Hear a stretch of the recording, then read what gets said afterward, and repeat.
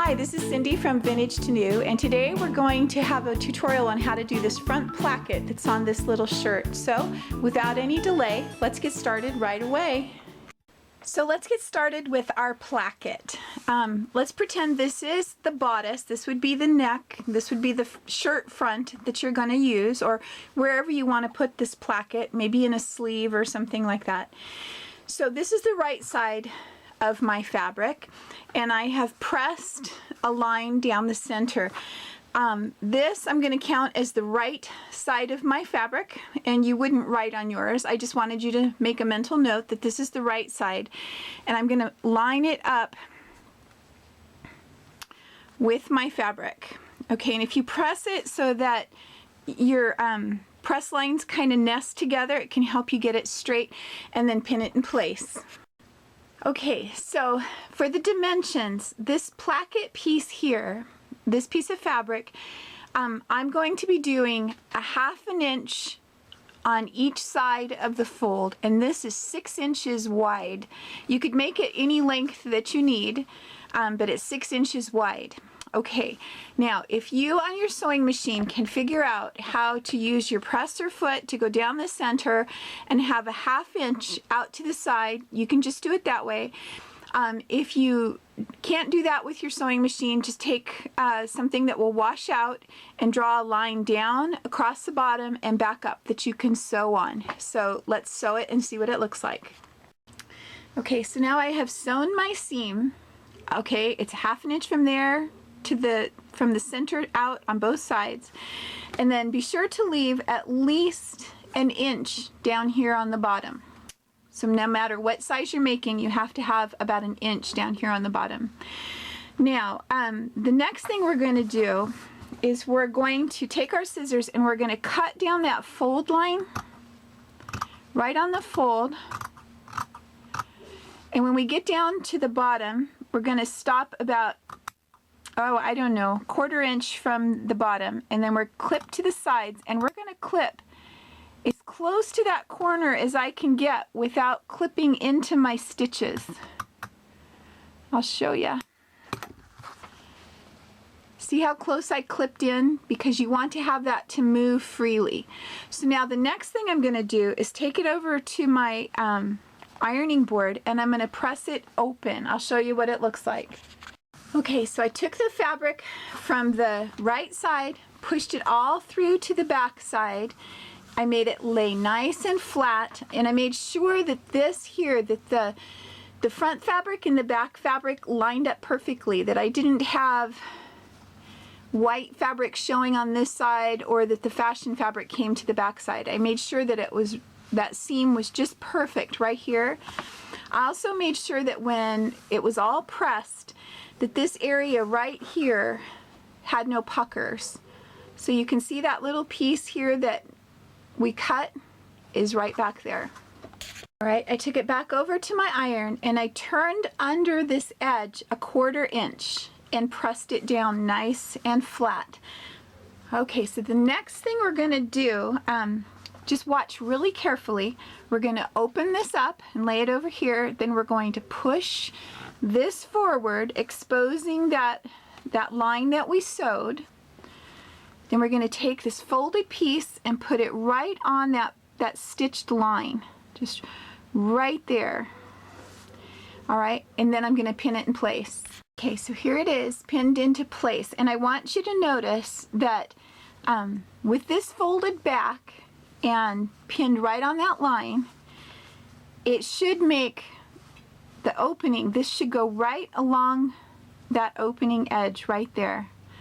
All right, so with that lining up exactly there, the bottom is staying nice and flat across the bottom. It's not going up and down. And if we look in the front, you can see that it shows through very nicely, and there's no puckers or problems right down here at the bottom. Okay, so now I'm going to move my pin on the inside so that everything stays exactly the same. But now I have this little piece exposed, and I'm going to sew it down the side. I'll show you. So here it is. with it sewn, and you can see that I sewed down both sides, and it can open and close just like that. So now let's repeat this same process on this side. I'm going to open this up, I'm going to push this to the inside, I'm going to take this piece, put it right down over my stitches all the way down so that it's nice and straight for the opening, and I'm going to pin it in place. Okay, I have it completely folded really neatly. This is just covering that seam right there that we sewed. Notice that the bottom of this is nice and square and flat, and I'm going to sew up both sides just like we did on this one. All right, so let me go do that and I'll be right back. Because this looks so confusing to some people if you've never done this, I'm going to show you me sewing this. So here it is, all pinned. I took my first pin out so that I could sew it. Put it under my presser foot. I have it set so it's going to do a 1/4 inch seam. It's just going to be a top stitch all the way down, and I'm doing it on the right side.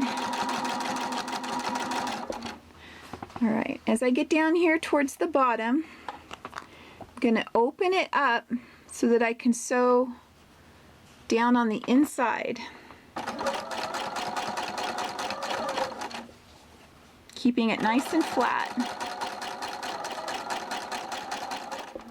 Okay, now I'm going to turn it around and I'm going to top stitch on the other side. I'm going to sew it all the way down. Okay, so on the wrong side, this is what it looks like right now. We have two little flaps like this, and we have the bottom of it down here open and ready to do something.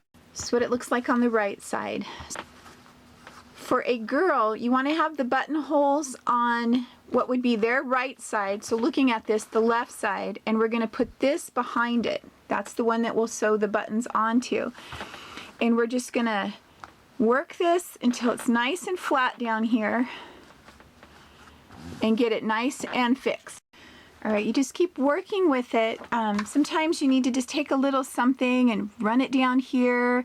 Make sure that that's nice and flat down there. Make sure that your top lines up. Make sure that this underneath part back here is still nice and square.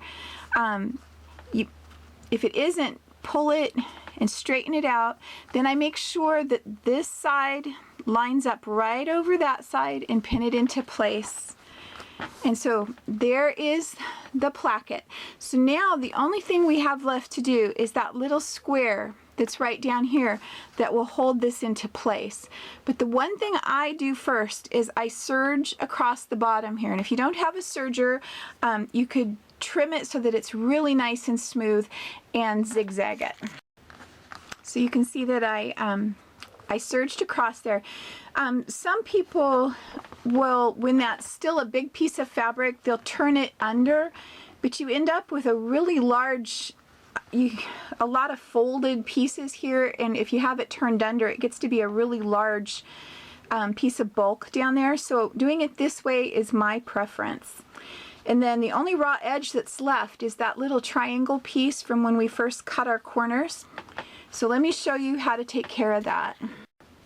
Okay, you would use a much better, like a disappearing ink pen or something like that instead of a pencil, and a ruler to go from just straight down from the sides. You can feel where the bottom of that is. It's down here, so I'm going to go up at least 1/4 inch so that I'm sure to catch it. And then I'm going to sew across the bottom, down the sides, across and up. Then I'm going to do a diagonal, come back up, and do another diagonal. I'll show you what that looks like. Okay, so here's our finished placket. You can see that I just did the stitching down and across, and the little X in between, and here's what it looks like on the back side. That bottom piece that we left down here is completely attached, no raw edges.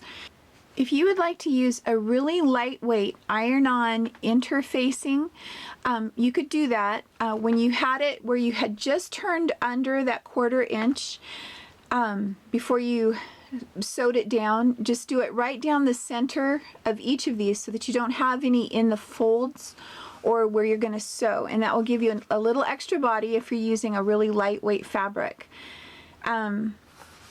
My other piece of advice is, if this is a new skill for you, just take some scrap pieces of fabric like this and practice. Do at least 3 of them before you try to do it in whatever garment that you're trying to make, because you learn so much each one that you do, and it's really not a difficult skill once you have it down, but getting there sometimes can be a little difficult. So for this particular one, you would put your buttonholes on this upper placket.